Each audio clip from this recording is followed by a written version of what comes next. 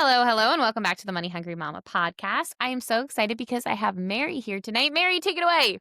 Hi, I'm Mary Fusillo. And since this is about moms and money hungry, I'm first and foremost a mom. And although my children are grown, and then I'm a wife and I have a 18-year-old business. So I've done a little bit of everything.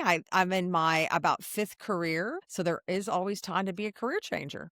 Oh my gosh. I didn't know that. So, 5 careers. Wow. Yeah. So, you have been a nurse for 36 years and in the fertility space for 26. Wild. Take me back. How did this all begin for you?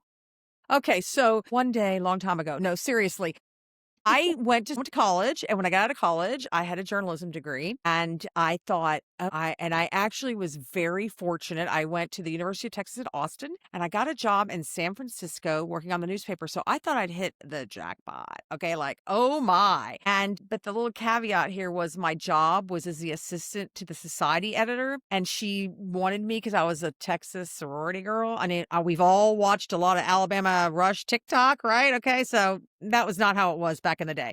But nonetheless, she thought I would have that vibe. And so I spent the first part of my journalism career following her around with my pad and my pen, writing down, Brittany has on a green Oscar de la Renta with matching Porte-Choix shoes. Okay.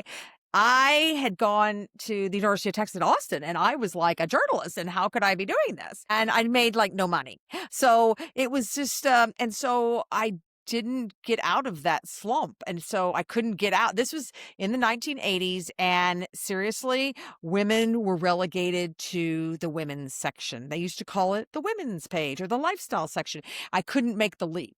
So I actually ended up moving to Los Angeles and getting a job in public relations, which is kind of where a lot of journalists end up. And I worked for a resort company. Sounds amazing, right? Oh, a resort company. But the my job was to make sure that if the toilet overflowed on your honeymoon, that I sent you flowers. Okay. So it wasn't exactly what I anticipated. So I decided that, and I still didn't make any money. So I said, oh, look at this. Let me go find a job that makes good money and I'll have all this free time to pursue journalism. So I went to nursing school. Didn't anyone tell me that was not what's going to happen? And so I went to nursing school and I graduated and it wasn't paying the big bucks it does now. So I I had a little more stability, but I didn't have a lot more money. So I went up the ladder in nursing not because I was dying to be in management, because I was dying to pay my rent. And so I worked 2 jobs and climbed up the ladder and went from staff nurse to head nurse to director of critical Wow. care. I went all the way up this ladder.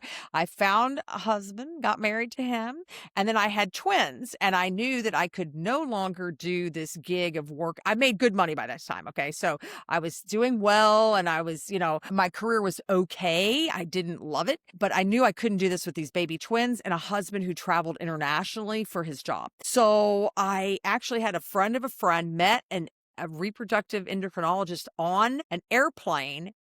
And they were talking about how they couldn't find anybody that had hospital management because by this time, IVF clinics had become like mini hospitals. Mhm. And she said, I know this girl kind of. And that's how I got into fertility. So she told her friend who told me, and this is hard to believe, but back in the day, this was in 1999, there was still ads for jobs in the newspaper. Yes, amazing. There's no LinkedIn. And so there was this job about the day she told me about, my friend said, oh, there's this job, this IVF clinic, and she got her name and here's her business card, the ad for the job to be the manager of this clinic. So I got the job and here I am 26 years later.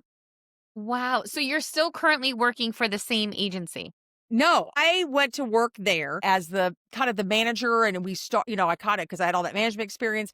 I went there. I was there for a few years. I went to a bigger clinic on the East Coast. My husband actually uprooted from his job so that I could pursue this dream of running this very, very large IVF clinic, which was very amazing. Yes, yes. And then I left there and I went and spent a couple of years doing consulting where I told everybody else how to do their job, which is like the best job. You tell everybody else what to do and you don't have to do anything. You just tell everybody else how to do it. And then I decided that my twins were getting older and I was like bebopping around the country and having to piece together childcare. And if the flight was running late, having to get somebody to pick them up. That was not for me. So I said, why don't I start my own business? So for 8 months, when I would sit on these airplanes flying around the country, I would build my business plan. And I took a SBA class on how to start a business.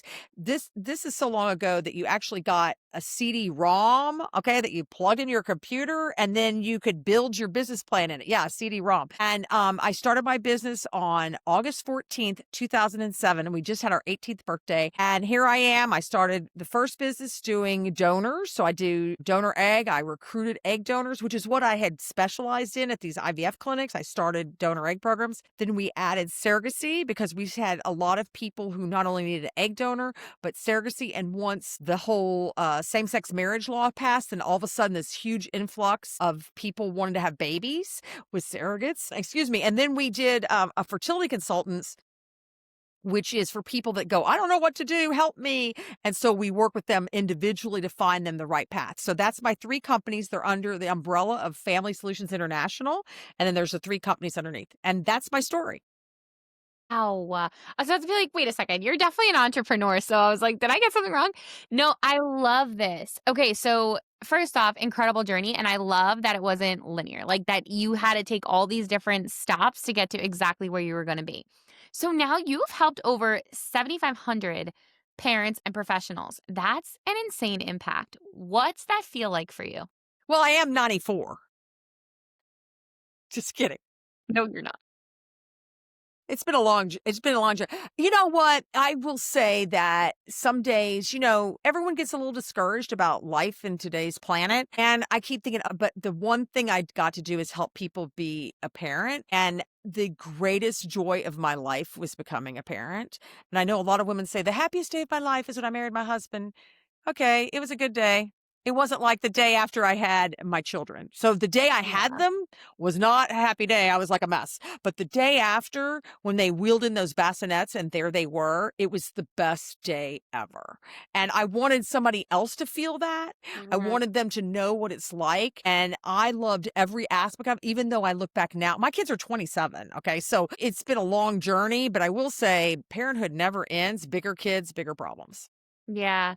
No, I love that you just said that because one of my best friends just had her baby yesterday. I was like, welcome to the best chapter of your life. So I think it's You like a don't see it universal. till after seriously, Yeah. when you're reading the book, you're like, "Oh my god, this is horrible." And then you look back and, like, we just moved, my husband and I sold our what we call the big family home, and then we are gonna live in 2 different places, and so yeah, but we had to downsize, and so I spent 11 days in July. They were the worst 11 days of my life outside of having, tragedy in your family or something like that, but Mhm. this was because I had to go through all the stuff. Oh, So all the kids stuff and all this and all that, and it was very hard to do. So, yeah, my suggestion is do it earlier rather than later.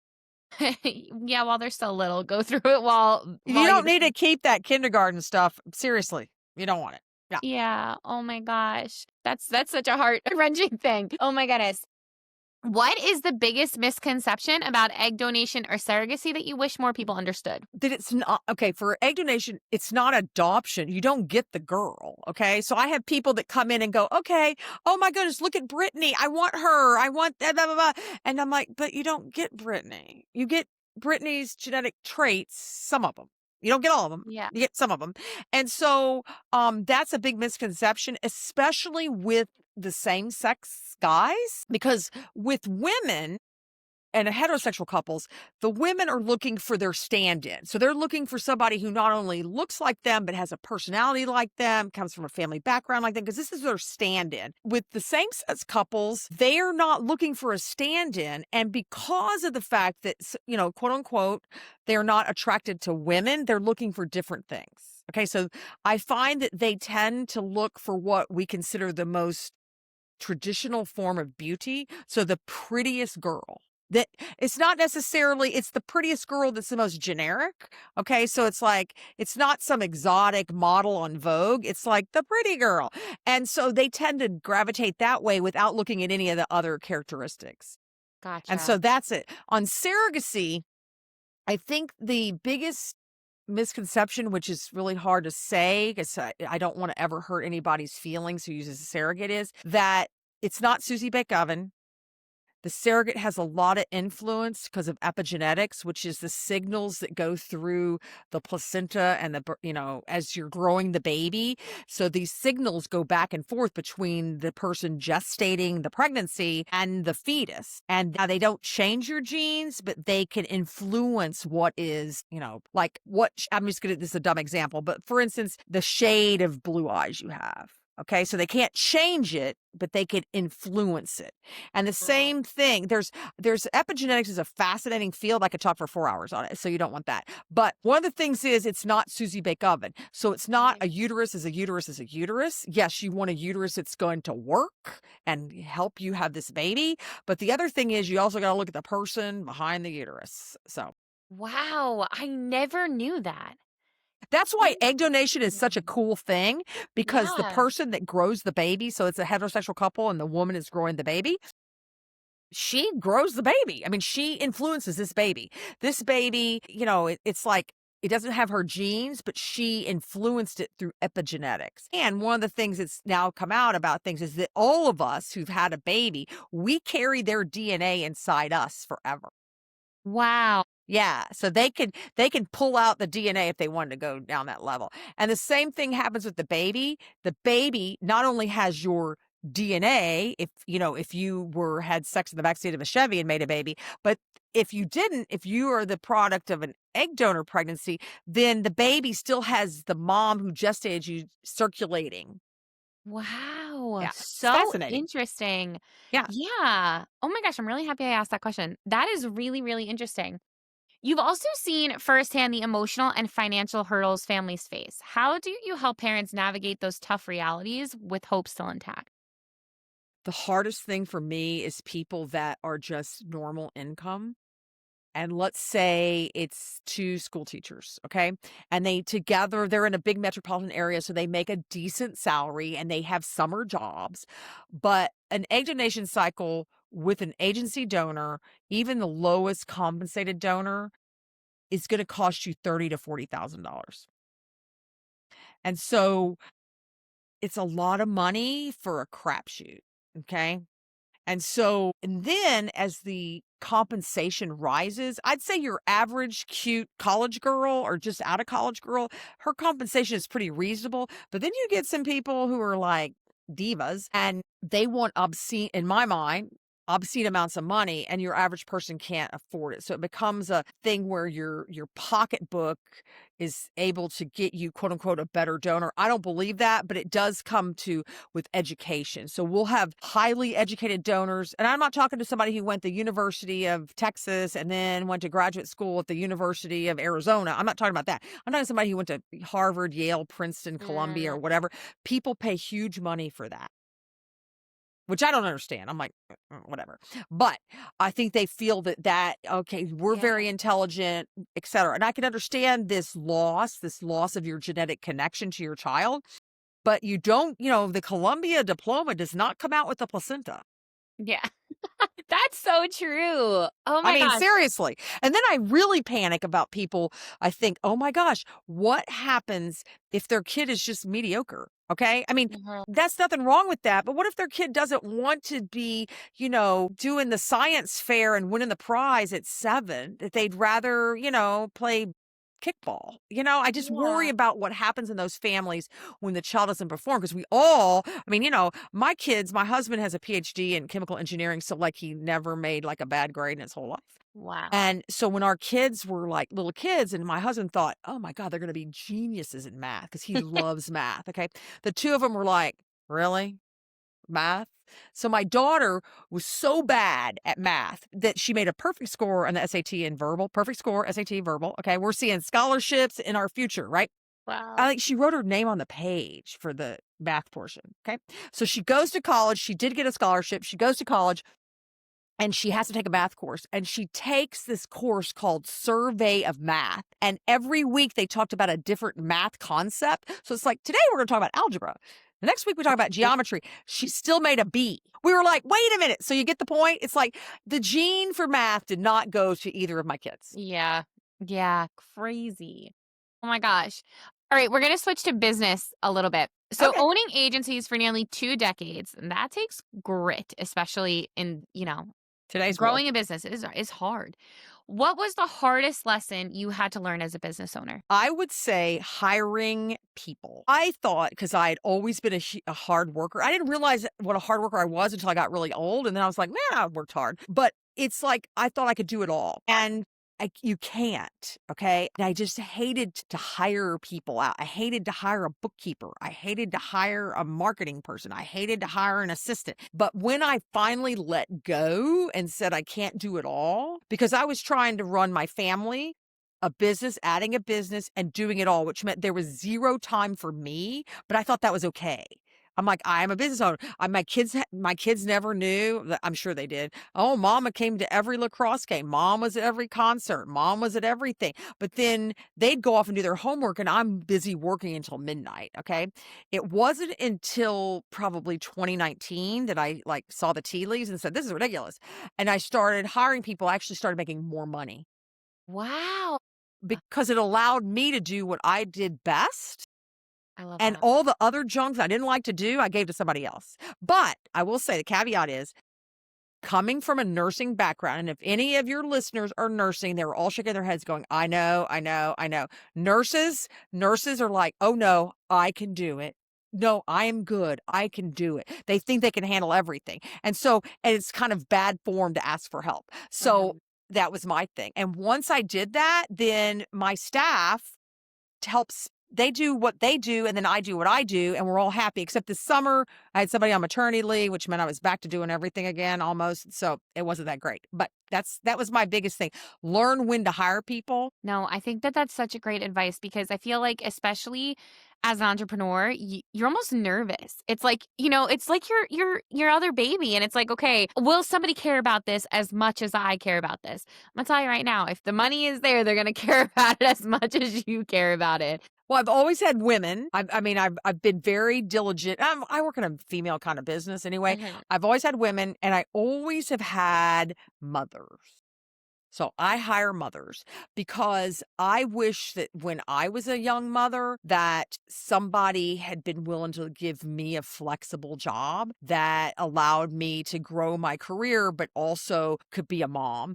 And that doesn't mean that everybody gets the day off and they can do X, Y, and Z, but I am very flexible. We close at noon on Fridays, and we have for 5 or 6 years. And we do that to allow people to have that afternoon every Friday if they need to go to the doctor, if they need to get their hair done, get their nails done before the kids come home from school and everything. And that was a summer thing we did, but then we made it year round. That's awesome. I love that. And I love that you're hiring moms, especially in the field that you're in. I think that's such a great space to be. What is the best growth driver for Family Solutions International? Was it word of mouth, partnerships, or something else? Two things. First one is think that I had no marketing background really, okay? I kinda had to feel that I was gonna be a local thing. It was relationships I built with the other nurses that I had known in my career before I started my own business. So, like, I knew all these nurses from traveling around the country telling everybody else how to do their job.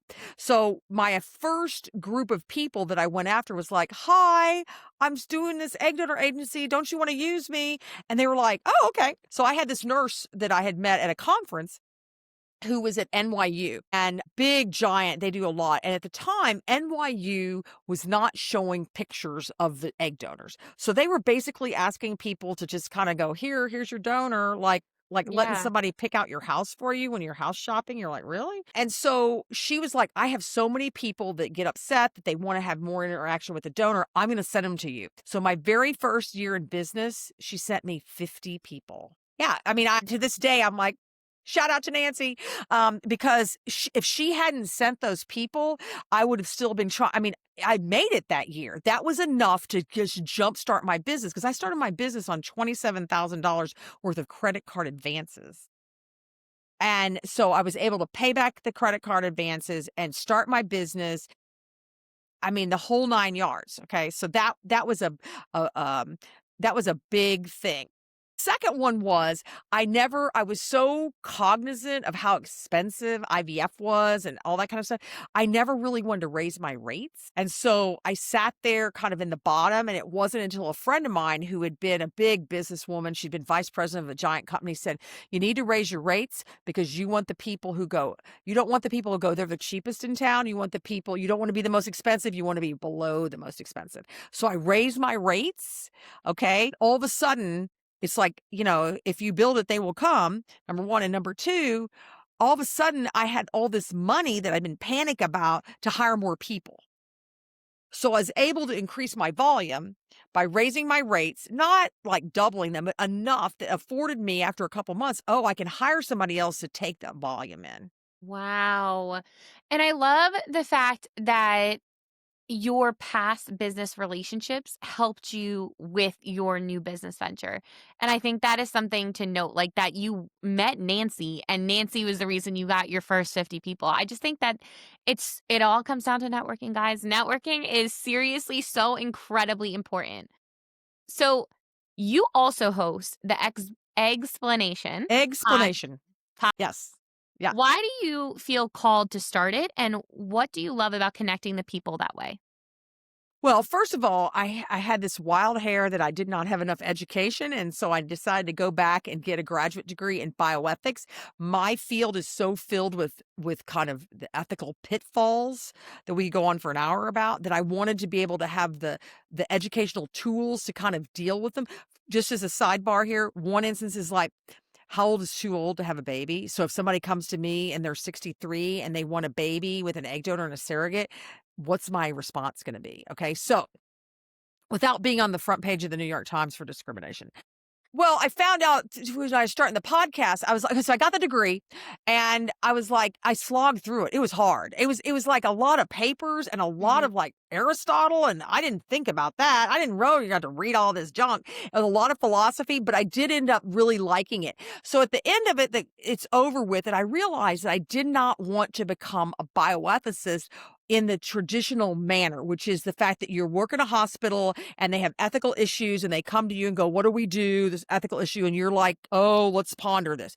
And so I said, what am I going to do with this degree? So I said, you know what? I want other people to understand the ethics of reproduction and infertility. There's so many other things. There's and all that kind of stuff. But I didn't want to focus on that. I want to do this. So I said, let me start this podcast to get the word out and how to kind of like put here is the bioethical principles like justice, beneficence, maleficence, and autonomy. And what do those mean in the fertility world? So we started doing that. Like our last podcast was about genetic counseling. Okay. So it sounds like, well, that could be straightforward. It was not about genetic counseling, what it is. It was about, does it promote justice? Okay. If you're telling people who are using donor gametes, okay, so the wife needs an egg donor and the husband is fine, but they have a carrier status with the donor. Okay. Which means that 1 in 4 of the embryos could get affected with this disease. Okay. Uh, Well, you can do PGT and not use those embryos. Okay. But most IVF clinics will say, nope, y'all can't match. You can't match because you might have the off chance that something happens. They pick the wrong embryo, whatever. On the other hand, they won't do that to a couple using their own gametes because it's autonomy. mm. So to me, it's like, okay, so you have this rule for people using egg donors, but not this rule for people that are using their own eggs. So we explored justice versus autonomy. Wow. So, and everybody that's listening, this podcast is called Egg Explanation. Egg, EGGS Love it. explanation, egg explanation. And my son-in-law came up with that name, explanation. It's so funny. I think it's great. For a mama listening who has never needed your exact service, what's one universal lesson about resilience or entrepreneurship you'd want her to walk away with? The resilience part of the business was, even to this day, I still get PTSD from it. The fear I felt in March of 2020 when the world shut down and all the IVF clinics shut down and nobody knew when it was going to happen, and we were left with these egg donors that were in cycle. Okay, they had to shut them down. We were left with surrogates that were like, well, when am I going to have a transfer? When am I going to get pregnant? Whatever. We didn't know how long it was going to be shut down. And every day I said, oh my God, I had these employees. I had 4 or 5 employees. I gotta feed them. I can't just let them go. What are they gonna do? There's no jobs. It was the scariest 5 or 6 weeks of my life. And that but I kept plowing through, and the bottom line is, like, within 3 months, business exploded, and not only just the people with the pent-up need, but also people went, what's really important in life? A Mm, family. And the same thing happened in the recession of 2008, 2009, and the same thing is happening right now. You would think people are worried about money and politics, everything. They're all coming out of the woodwork. I want a baby. I want a baby. Sometimes I guess, oh, the bad times are good for me, but yeah, it makes you second guess, yeah. what's really important. And the resilience is, I think, personally, what I have brought to my business and what I try to give to people is I had to fight really hard to have my children. Okay. I had to go down a lot of dead end roads. And when I got pregnant, I had a really bad pregnancy and we were worried about everything. And then I had everything known to man in an obstetrical textbook happen to me 8 weeks of bed rest in the No. hospital, preeclampsia, blah, blah, blah. But they made it. They were born 36 weeks. They were big. They graduated from college and graduate school, cum laude. So all's well that ends well. But the resilience of not giving up when it would have been easy to give up. And that's what I see with my poor patients. And the like you're talking about the ones that don't have the money. It's Mhm. like I'm always working to help them find solutions to that. Do you want to do donor embryo? Do you want to wait and share a donor? Do you want to go ahead, especially people that need a surrogate? Do you want to make your embryos and then time has stopped because your embryos are frozen and now you can start saving the money towards surrogacy? So I like to work with people in that way. No, yeah, for sure. I mean, you're holding their lifelong dream kind of in your hand, so Exactly. it's like you really wanna try to make it work. No, I love that. Looking back, what's your proudest entrepreneur moment? The one that makes you stop and go, "Yeah, I did that." Okay, it's a kind of a sad one, but Okay. I never have to worry about talking about it. So back, let's see, 7 or 8 years ago, I had a woman come to me that said, "Okay, so my husband and I have gone through IVF, and during the process of IVF, we found out that I had breast cancer, and so I have the kind that's estrogen sensitive, so which means I can't even after I've had a mastectomy and chemo and radiation, I still can't carry the pregnancy. So we're going to need a surrogate. Okay. But our families are helping us and it's going to take us 1 or 2 years to save up the money. So she and I kept in contact, blah, blah, blah. So a couple years go by. She's ready to match. She has one embryo. And I'm thinking, and because they did what they call rescue IVF, they were really worried about her cancer spreading quickly. So when she found out she had cancer, she's in the middle of this IVF cycle, they had to like hurry it up so they could do it. So anyway, she had one embryo. And so we find this fabulous surrogate for her. They became great friends. She transfers the embryo. She's pregnant. We're so excited. It was so exciting. It was like fabulous. And so things are going along swimmingly. And all of a sudden at 37 weeks, the baby died. Unknown accident. Usually it's a cord accident. They strangle yeah. So her one embryo, almost ready to be born, the baby died. I didn't think any of us were going to recover from it. But I met with the women and the man about a month after this happened. I actually flew to Phoenix. They were in Phoenix. I flew to Phoenix and sat down with them. And we talked about it. They showed me pictures of where they've buried the baby. I mean, it was just enough to send you over the edge. And they said, but we want to do it again. We know that now they were in their 40s, right? So they knew that there was no chance, and her ovaries were shot because she'd had this chemo. So we worked with them. So we found an egg donor for them that was really good. And the egg donor said, I'll do it for no compensation. Oh my god. And then I got the attorney to write the contract. I'll do it for no compensation. And I got the insurance company who we work with to insure the donors going, this one's on the house from us.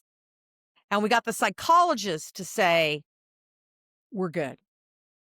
Okay. The only people that charged him money was the IVF clinic. But I digress. So then the surrogate said, just cover the expenses. I'll do it.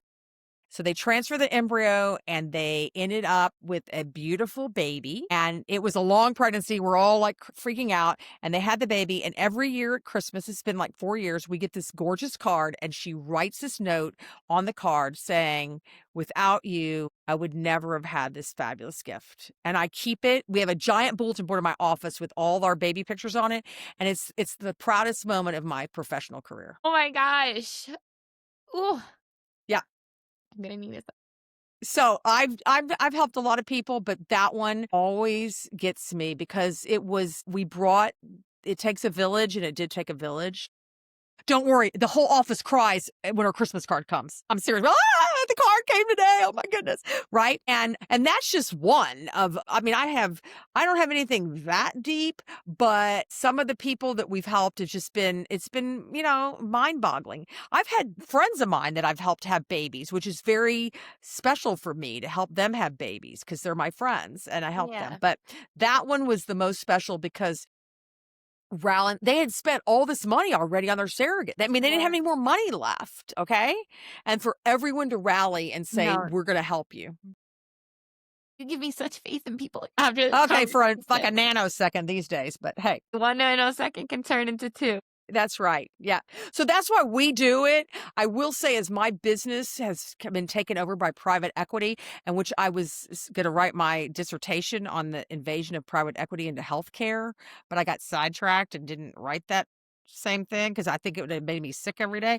But as private equity has creeped into fertility so much, you don't see that kind of stuff. There's no leeway. There's no humanity in it anymore. And it really hurts me that this field that I've been in for so long that gave me my children and helped me give all these other people children is no longer the caring specialty it used to be. So we try to be that way. We try to really kind of make a difference, but we're just one little tiny piece of the puzzle. But that's kind of our shtick is we want to make it better.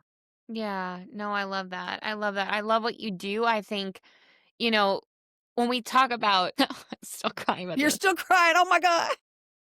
When we talk about a lot on this podcast is passion. You do it for a passion. And, this is an incredible, passionate job. I mean, you are helping so many people and you're putting yourself in that front line. And that can have amazing moments and also, like we just heard, extremely hard moments. So what is your best piece of advice for another mom that has such a passion behind a business that can also be linked to such an emotional state? Would say that I never have let myself get jaded.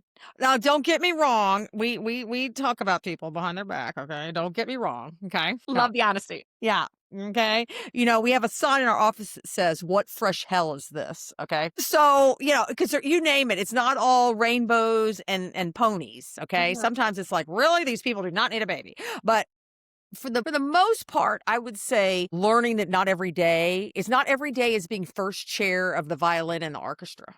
Okay, where you think, "Oh my God, I go and play beautiful music every day." Most days are humdrum. Most days and your passion comes out when you can do this, when you can help somebody's dream come to life, or when you find out that these people that have been through 3 different egg donors and none of them worked out, and now they finally got one and they're pregnant. Okay. Or the surrogate delivered the baby and there was no drama because there's a lot of drama in surrogacy. All those are little moments. But the other side of it is it's in waves. I will tell you what, there's some days where I love my job and there's some days I'm like, how fast can I retire? And that's okay. I think we all need to know that. Like, really, even a ballerina, it goes, "Oh, I have to go put those toe shoes on again today." Yeah. So I think that there's this myth out there, which I'm trying to teach my children, that a job is a job, but your life is your life, okay? And your job and your life can coexist, but one should not take precedence over the other. Although I will say as I get older, my life takes more precedence because I spent all those years building this business.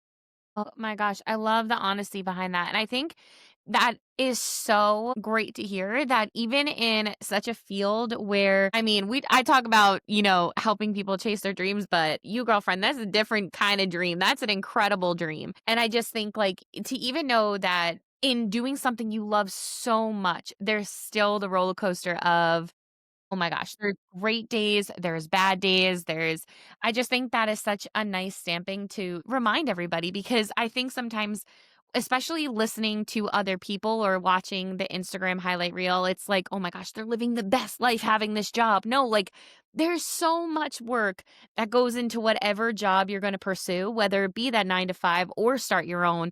But no, when you start your own, like, it's on you, and you have to keep that passion even on the days you just wanna be like, "Flipping a table, I'm done, I don't wanna do this anymore." You just have to keep it because it's kind of on you at that point.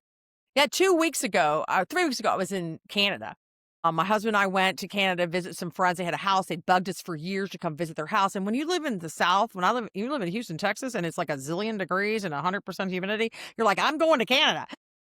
But we had 17 donors traveling. Why do people that live in New York City pick the donor who lived in Hawaii? And I'm not kidding, that really happened. She lived in Hawaii and the clinic was in New York. And then I had them Long Beach to DC, Seattle to Boston. I was like, seriously, I felt like a travel agent. I couldn't, and I'm like, my whole time I was there, all I did was work because I was having to organize everybody's travel. And you have 21, 22, 23 year olds traveling across the country by themselves. So you're Yeah. like on all the time. Okay, did you make it? Text me when you get there. I mean, it's like mom plus. So, those are the days when I'm like, oh, I can't believe I'm doing this. Why don't I hire a travel agent?